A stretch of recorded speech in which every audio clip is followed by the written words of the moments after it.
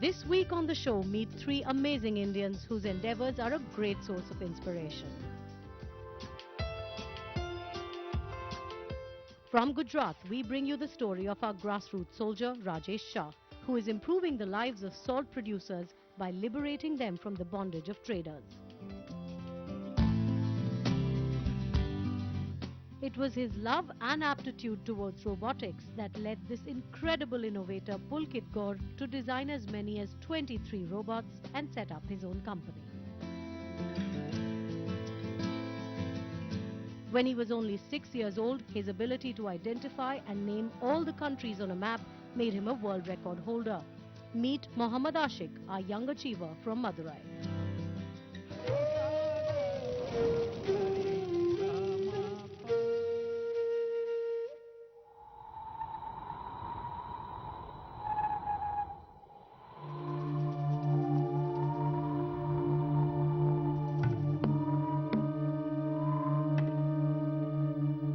Just 2 hours away from Ahmedabad lies little run of Kutch.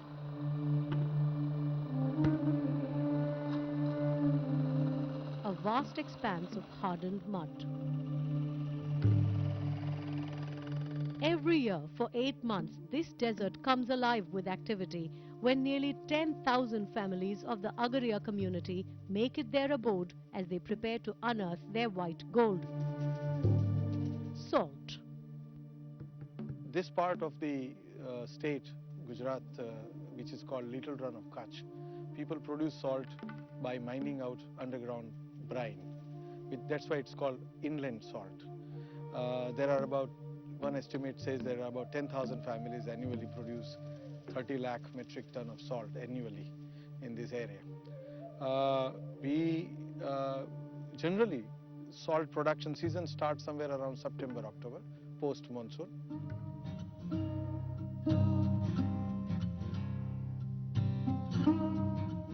The salt pans are passed on from one generation to the other. The entire family engages in this highly labor-intensive activity every year, battling harsh weather. When they start September, October, the nights are very cold. The temperature goes up to 3 to 4 degrees at times in the night.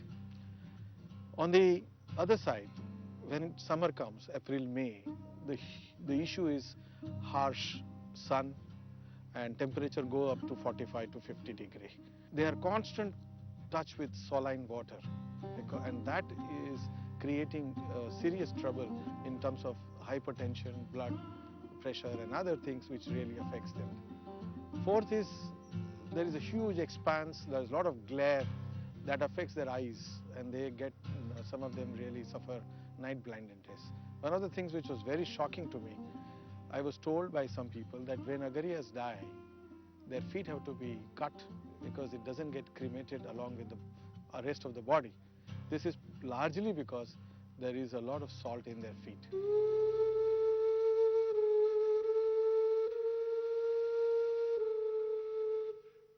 The Agarias suffer not only at the hands of Mother Nature, but also money lenders. એટલે અમારે engine repair કરવા માટે અને diesel માટે વેપારી પાસે પૈસા લેવા પડે.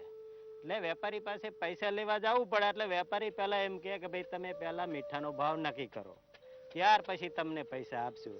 એટલે વેપારી જે ભાવ નક્કી કરે એ અમારે માન્ય રાખવું પડે અને એ ભાવ અમારે એને મીઠું આપવું પડે.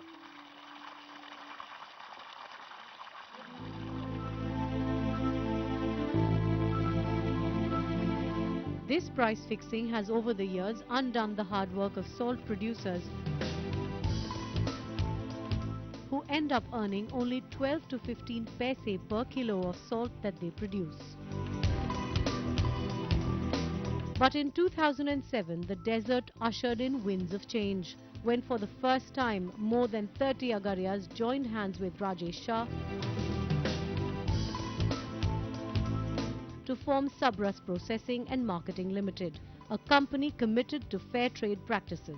People were not understanding what I was talking in terms of how I'm going to increase their income. And therefore, first of all, about 30 to 35 Agarias got together. I explained to them that let us set up a company which will procure, process and market salt. And I said, you will have majority stakes in it. So I gave them 74% equity, and 26% equity was put in by my parent company called Save Limited. They didn't have money, so I told them that they can give me their equity in form of salt. So this is the first time they are now getting aggregated and becoming part of an enterprise. Today this company has grown. Its annual turnover is 60 lakhs. It is this company which is trying to also innovate how to reduce their costs of production.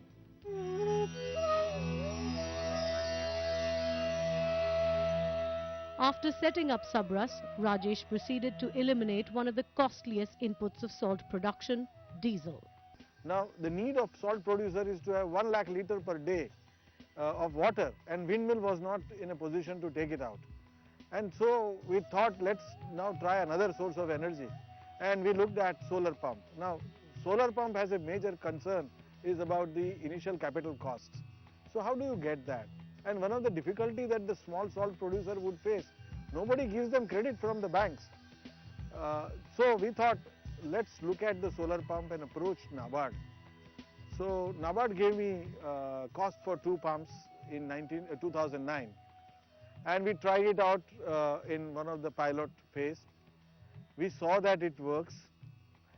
We evolved that design over a period of 2 years, and finally we identified a supplier who would provide us the solar pump of our prescription and our specifications and within the cost that people can pay.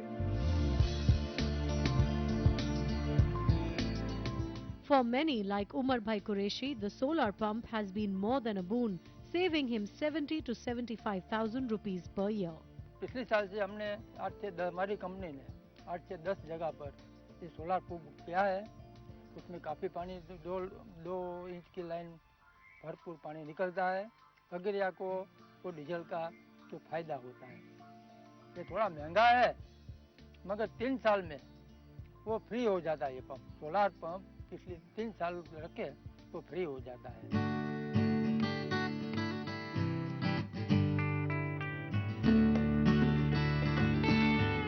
For all the stakeholders, the salt producers as well as Rajesh and his team, Sabras has an experiment, a market-driven approach to eliminate poverty. I think it requires a tremendous amount of enterprise to survive as a poor man in this country. And I thought, let us ignite that enterprise and try and look at market-driven solutions which are more sustainable, more sort of long-term, and it will give them a continuous sort of a source of income rather than depending too much on grants and subsidies. I think with the opening up of our economy, the opportunity for poor people has increased, and we must utilize that opportunity by aggregating poor people on one side, link them with the professionals like us who could jointly develop poor-owned, poor-controlled, professionally managed enterprises which can link them to the new economy.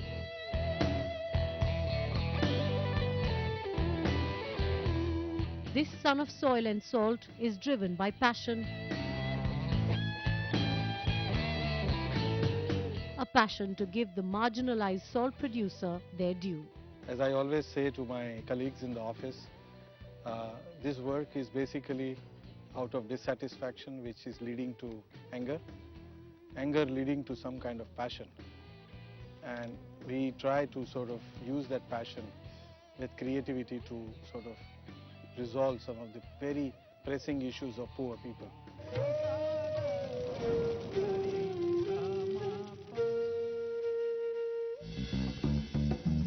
Every child loves robots. while I was growing, this became passion somewhere, where I really like to open up the toys and machines and trying to understand how they work. Every day when I wake up, like I feel so much energetic that today again I'm going to do something innovative, something new. Passionate about robotics, Pulkit Gaur managed to change his childhood dream into a reality. While he started designing robots in his teens, his hobby soon turned into a full-time passion. He went on to study industrial engineering and set up Gridbots in 2007, a company that creates user-friendly robots. We have developed robots which are solving the problems of the industries in a very unique way. For material transport, currently industries utilize forklifts and trucks for transporting the material. This involves one driver and a lot of diesel is wasted throughout the day. Now this is a monotonous task. You have to pick the item from point A and put it at point B. So using our robotic systems, the industries are saving like 1,000 rupees per day, because you are not employing an employee, so you are saving on the salary, you are saving on the diesel, you are saving on the maintenance cost. Our robot just requires charging, so that costs hardly 1 rupees or 2 rupees a day of electricity.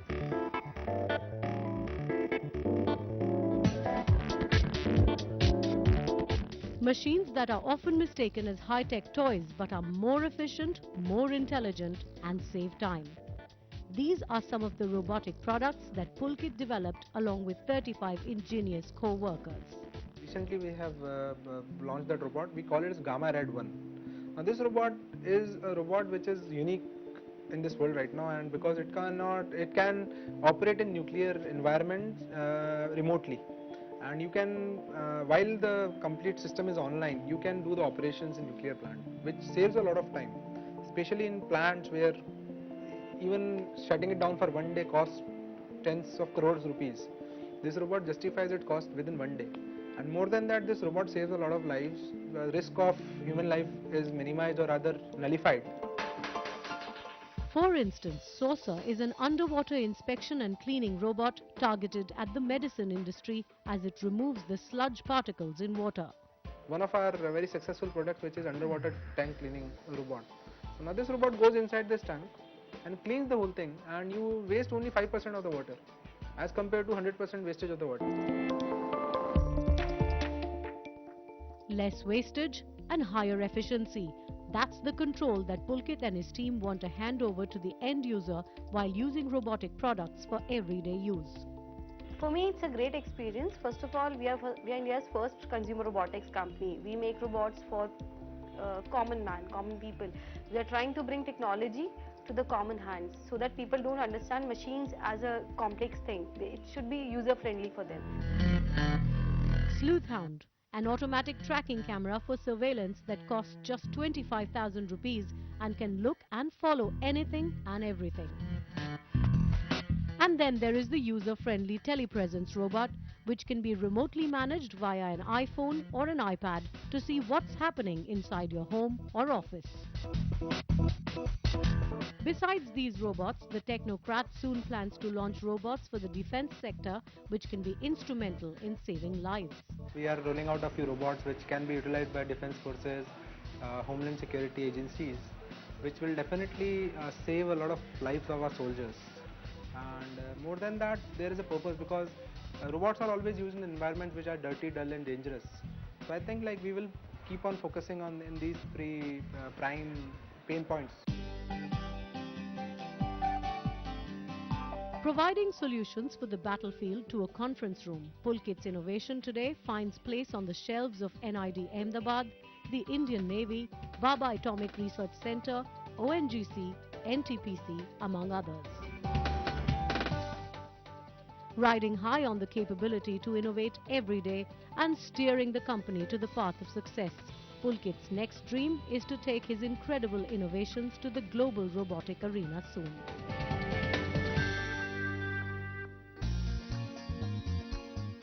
In 3 minutes, he created a new world record by naming 195 countries on a world map. On the other side of the break, catch the story of our young achiever, Mohammad Ashik.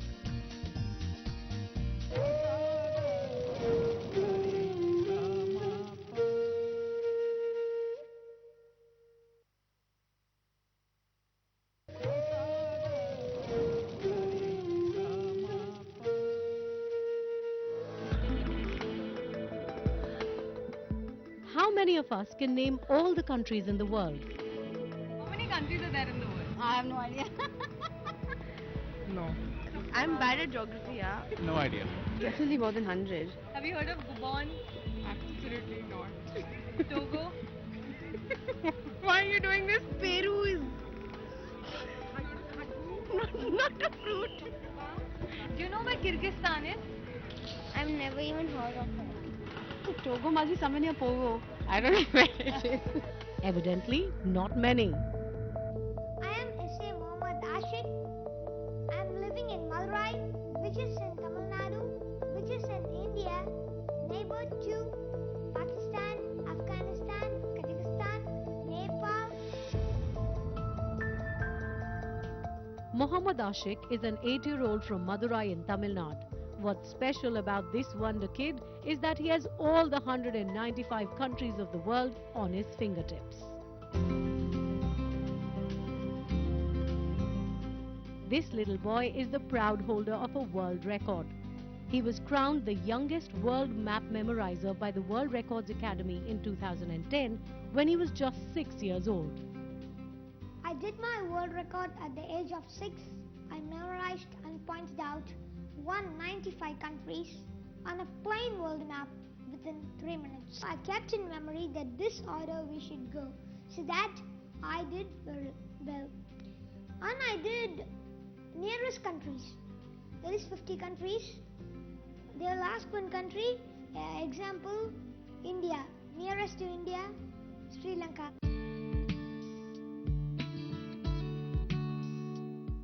For Ashik, the journey began when he got a craving for something that wasn't available in our country.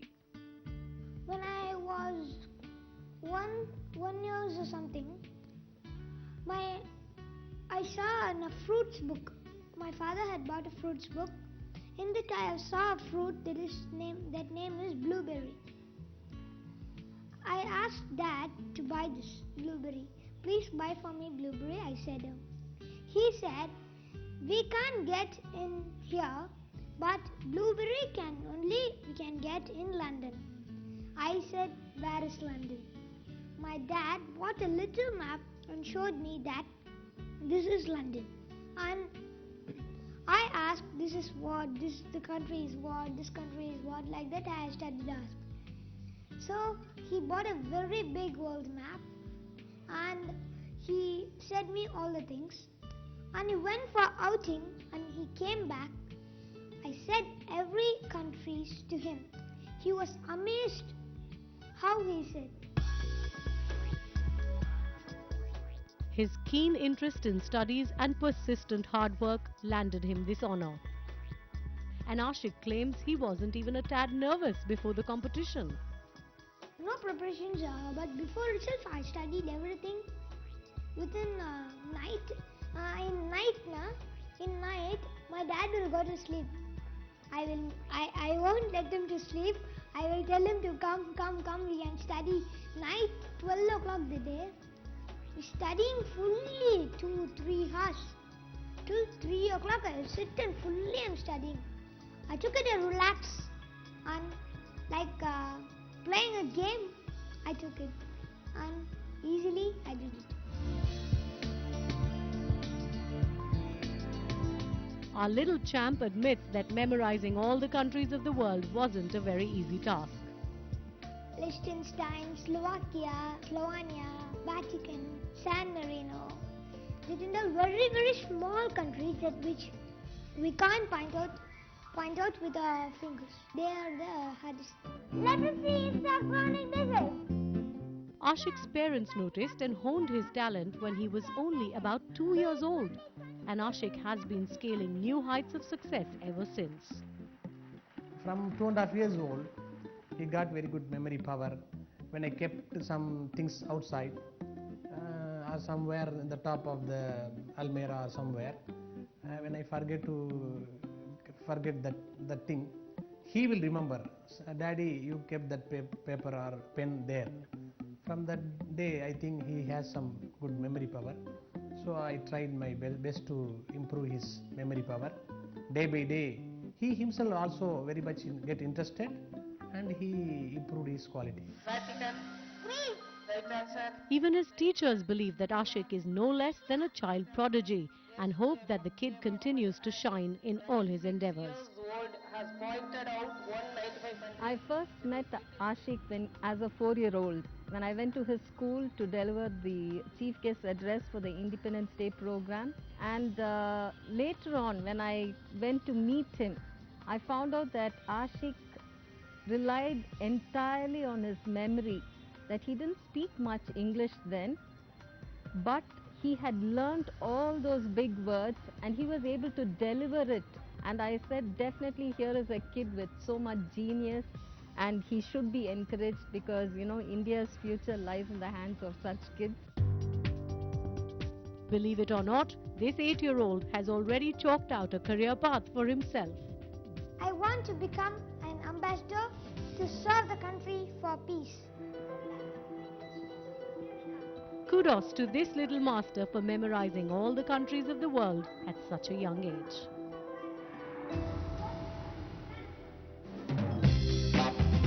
The story of amazing Indians continues next week.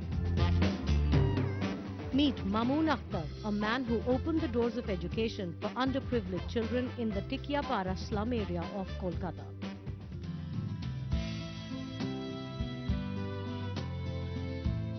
His efforts have helped in protecting countless water birds for over 3 decades now. Get inspired by Bal Pandyan, our eco-savior from Tamil Nadu.